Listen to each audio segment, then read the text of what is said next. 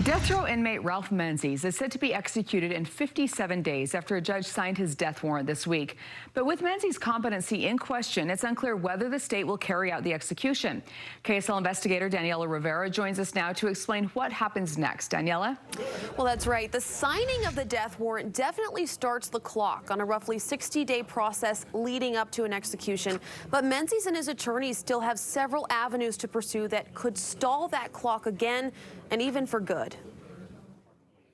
I'm preparing myself to go see somebody's life being taken from them. It's hard to swallow that it's taken this long. It does hurt. Outside of the courtroom, Matt Hunsaker speaks on one more hurdle cleared in his quest for justice for his mother, Maureen Hunsaker, kidnapped and killed by Menzies in 1986, as Menzies' attorneys are fighting for his life. And we remain hopeful that, the courts or the clemency board will recognize the inhumanity of taking a man like him into the death chamber. That fight far from over. Menzies has an appeal pending, and the court set a hearing for later in the month to consider a new petition to evaluate Menzies' competency.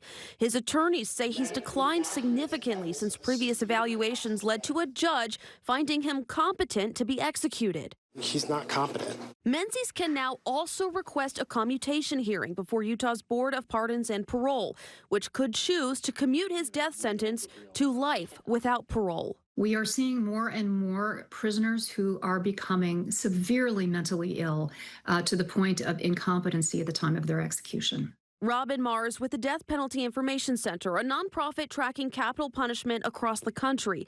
She says Menzies represents the kind of people nearing execution on death rows across America. The fact that it takes so many years to reach an execution is one reason some people think that the death penalty is just not working well for victims' family members. In this case, it's been decades waiting for a measure of justice that was promised but never guaranteed. If Menzies' attorneys are successful in convincing the judge that his competency needs to be reevaluated, that will automatically mean a stay of execution. We're keeping a close eye on all of these efforts here at KSL, and we'll keep you updated. All right, Daniela Rivera live for us. Thank you.